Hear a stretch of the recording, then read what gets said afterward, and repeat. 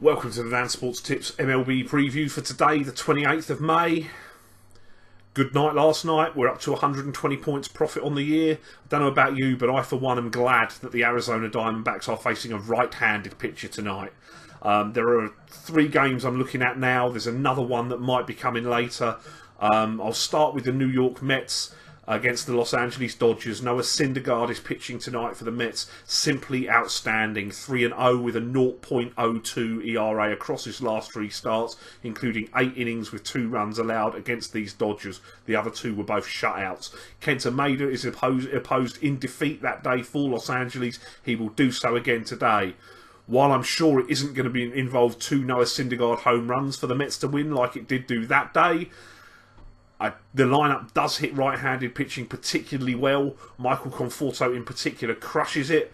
Kenta Maeda has had his struggles now after an electric start. He's developing a little bit of a home run trait. He's got a 6+ ERA and is winless in his last 5 starts. He's going to need to improve that to keep the Mets offense from scoring enough to win this game with Thor pitching.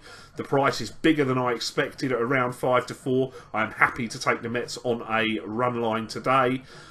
The Seattle Mariners and the Minnesota Twins, we are going to hope that in the pitcher-friendly confines of the safe, we don't see Wade Miley give up 3 runs in the first inning like he did to cost us big last time against the Cincinnati Reds. Miley has won 5 out of his last 6 starts, 3 of them very good, 3 of them average, but he got offensive support from a lineup that ranks highly in runs scored, about 7th in baseball.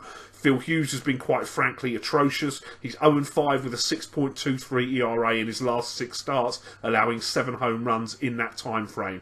The Mariners rank in a group of teams behind the Red Sox, Cubs and Rockies, who've streaked away with runs scored. There's then a close group where the Mariners are 7.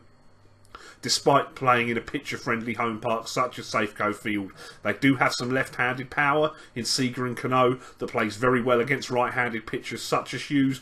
Minnesota's win last night against the King was just their 5th in its 24 road games this year, and despite the 7 runs they scored, they still rank 3rd last in runs scored in baseball this year.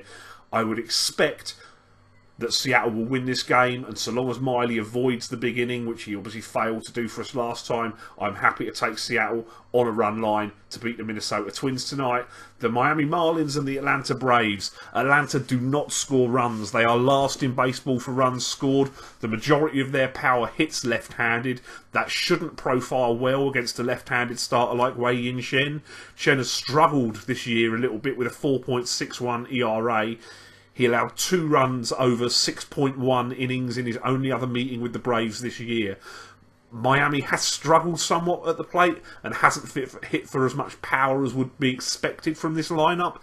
It does look like Christian Yelich may well be finally back tonight after a pinch hit appearance last night. This would be excellent news as he hits right-handed pitching very well, the best on the team in fact. Aaron Blair is back from the minor leagues after his nightmare start to the season to take the hill for the Braves tonight. He allowed too many base runners and could not locate his pitches in his previous stint at the start of the year, the low point being 9 runs allowed in less than 2 innings against, I think it was the Pirates, immediately before his demotion. He has a 7.59 ERA across his 5 starts that he made. While the Marlins haven't hit the ball out as often as expected, they do hit for average. If you give them something to hit or allow them the walk to first base, they will take it. If Blair's command struggles continue as they did before he went down to the minors, then the Marlins should win this. It's not a massively strong opinion just because of the Marlins lineup, and obviously I don't know if Stanton and Yelich will be involved, but I'm going to play small on Miami on the run line in this game. I'm looking at the Cubs game as well. The prices, as usual with the Cubs game, are not up yet. The conditions there screams runs. So, I'm going to have a look and see what the lines look like. It's going to have to be big to put me off, to be honest. I mean, the wind's blowing out, it's hot, it's humid, it's Wrigley Field. But keep an eye on the Twitter account to see if and what I play on the Cubs game later on. But those are the plays I've got for you today. Best of luck if you're joining me. Play ball.